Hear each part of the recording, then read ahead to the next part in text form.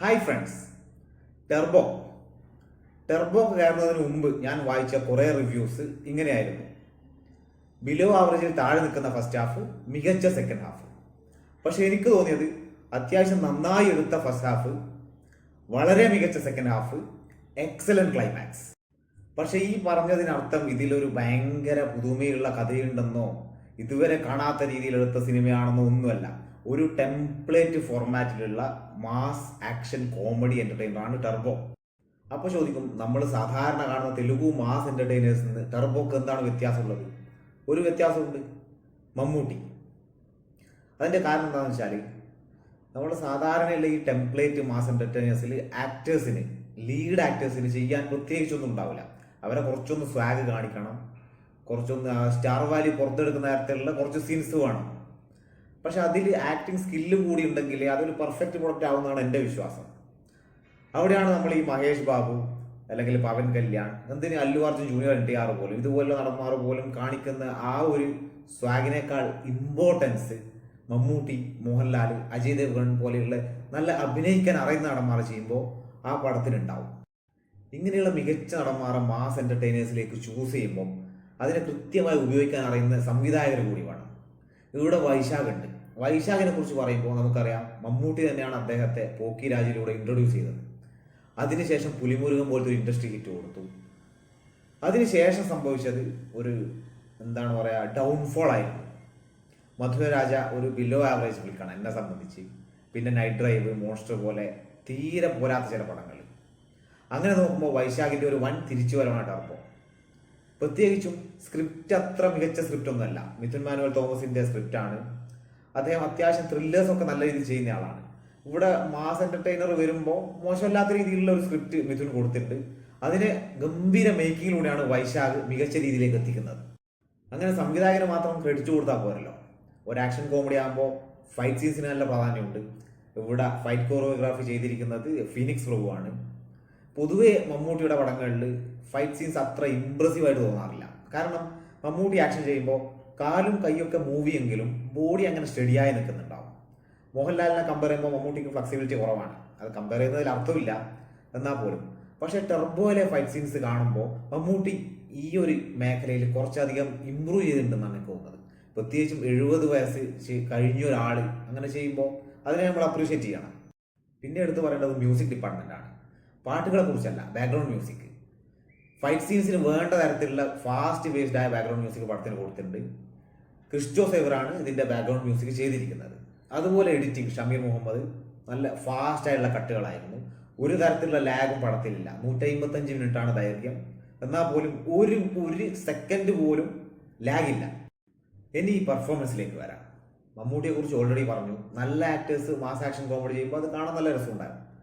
ഈ സിനിമയിലെ മമ്മൂട്ടിയുടെ പെർഫോമൻസ് കാണുമ്പോൾ ഞാൻ ഓർമ്മിച്ചത് മായാവി, തുറുപ്പുകുലാൻ തുടങ്ങിയ സിനിമകളിൽ അദ്ദേഹം നിഷ്കളങ്കമായി കോമഡി ചെയ്ത് ആ സീനുകളായിരുന്നു. അതുപോലത്തെ കുറച്ച് സീനുകൾ ഇതിന്റെ ഫസ്റ്റ് ഹാഫിലുണ്ട്. പിന്നെ കോസ്റ്റാർസുമായുള്ള മമ്മൂട്ടിയുടെ കെമിസ്ട്രി, പ്രത്യേകിച്ച് ബിന്ദു പണിക്കർ. അവർ ചെയ്തിരിക്കുന്നത് മമ്മൂട്ടിയുടെ അമ്മ വേഷമാണ്. 56 വയസ്സുള്ള ബിന്ദു പണിക്കർ, 73 വയസ്സുള്ള മമ്മൂട്ടിയുടെ അമ്മ. പക്ഷെ അതിലൊന്നും ഒരു തെറ്റുമില്ല. ആ കെമിസ്ട്രി വർക്കാകുന്നുണ്ടെങ്കിൽ എന്താണ് പ്രശ്നം? പിന്നെ കൂട്ടുകാരുമായുള്ള മമ്മൂട്ടിയുടെ കെമിസ്ട്രി, പ്രത്യേകിച്ച് ശബരീഷ് വർമ്മ, പിന്നെ നായിക അഞ്ജന ജയപ്രകാശ്, അവരുമായുള്ള മമ്മൂട്ടിയുടെ കോമ്പിനേഷൻ സീൻസ് ഒക്കെ വളരെ രസമുണ്ടായിരുന്നു. പിന്നെ പല പല ജോണേഴ്സ് മാറ്റി മാറ്റി ചെയ്യാനുള്ള ആ മമ്മൂട്ടിയുടെ ഗഡ്സ്, കാതലിന് ശേഷം പ്രമയോഗം, അതിനുശേഷം ടെർബോ, അത് നമ്മൾ അംഗീകരിക്കേണ്ടത് തന്നെയാണ്. പ്രത്യേകിച്ച് മമ്മൂട്ടി കമ്പനിയുടെ അവരുടെ പ്രൊഡക്ഷൻസ് നമ്മൾ നോക്കിയാൽ കണ്ണൂർ സ്ക്വാഡ്, റോഷാക്ക്, കാതൽ, നൻപകൽ നേരത്തെ മയക്കം, ഇപ്പോൾ ടെർബോ, 5 ടൈപ്പ് പടങ്ങൾ. അതിന്റെ ക്രെഡിറ്റ് ആർക്കാണ്? മമ്മൂട്ടിക്ക് തന്നെയാണ്. പെർഫോമൻസിനെ കുറിച്ച് പറഞ്ഞു മമ്മൂട്ടി കമ്പനിയിലേക്ക് എത്തിപ്പോയി. അടുത്തത് ബിന്ദു പണിക്കർ. കോമഡിയൊക്കെ പക്ക ക്ലിക്കായ കോമഡി. പ്രത്യേകിച്ച് മാർവൽ സിനിമാസിനൊക്കെ വെച്ചിട്ടുള്ള ഒരു കോമഡി ഉണ്ട്. അത് ഓൺ ദ സ്പോട്ട് തിയേറ്റർ മൊത്തം കൈയടിച്ച സീനായിരുന്നു. പിന്നെ അഞ്ജന ജയപ്രകാശ്, അവരുടെ മലയാളം ഫിലിമോഗ്രാഫി, ആദ്യം പാച്ചു അത്ഭുത വിളക്കും, ഇപ്പോൾ ടെർബോ, രണ്ടും വളരെ മികച്ച, വളരെ വലിയ നടന്മാരുടെ കൂടെ വളരെ നന്നായിട്ട് ആ വേഷം തന്നെ ഒരു പുതുമയുള്ളത് പോലെ തോന്നി ഈ നടി ചെയ്തതുകൊണ്ട്. പിന്നെ ശബരീഷ് വർമ്മ നല്ല പ്രാധാന്യമുള്ള റോളിലാണുള്ളത്. പിന്നെയും കുറേയധികം പ്രാധാന്യമുള്ള റോളിൽ ദിലീഷ് പോത്തൻ, നിരഞ്ജന അനൂപ്, പ്രശാന്ത് അലക്സാണ്ടർ, അങ്ങനെ കുറേ പേരുണ്ട്. ഇനി പറയാനുള്ള രണ്ടുപേരെ കുറിച്ചാണ്. അതിലൊന്ന് സുനിൽ.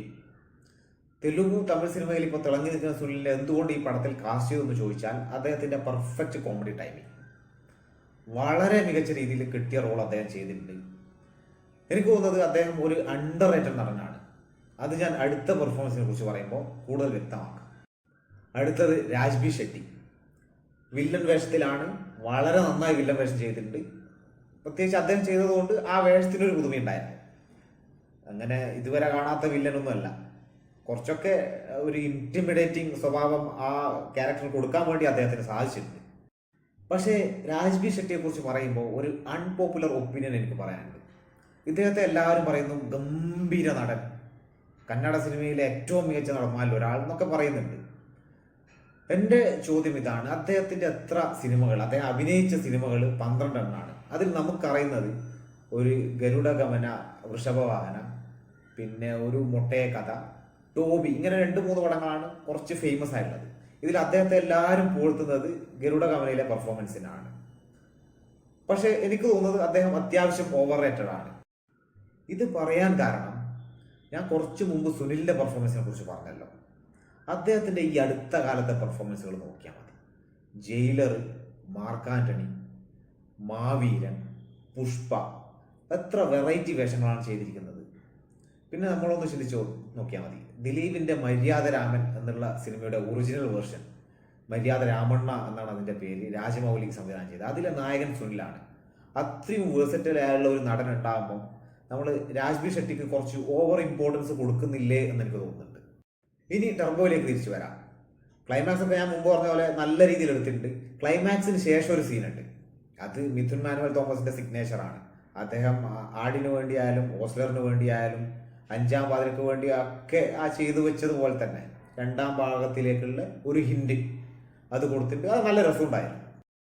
അങ്ങനെ ഓവറോൾ ടർബോയെ കുറിച്ച് പറയാൻ പറഞ്ഞാൽ ഞാൻ പറയും, എന്നെ പോലുള്ള ഒരു സാധാരണ പ്രേക്ഷകന് തിയേറ്ററിൽ പോയി 2.5 മണിക്കൂർ പൈസ വസൂൽ എന്റർടൈനർ എന്ന് പറഞ്ഞുകൊണ്ട് കാണാൻ പറ്റുന്ന രീതിയിലുള്ള ഒരു നല്ല മാസ് ആക്ഷൻ കോമഡി ആണ് ടർബോ. ഞാൻ ഇതിന് കൊടുക്കുന്ന റേറ്റിംഗ് 4.25 ഔട്ട് ഓഫ് 5. ഇതിൻ്റെ ഇപ്പോഴത്തെ ബുക്ക് മൈ ഷോയിലൊക്കെ ഒരു ട്രെൻഡിങ് വെച്ചിട്ട് എനിക്ക് തോന്നുന്നത് ഒരു ബ്ലോക്ക് ബസ്റ്ററിലേക്കാണ് സിനിമ പോകുന്നത്.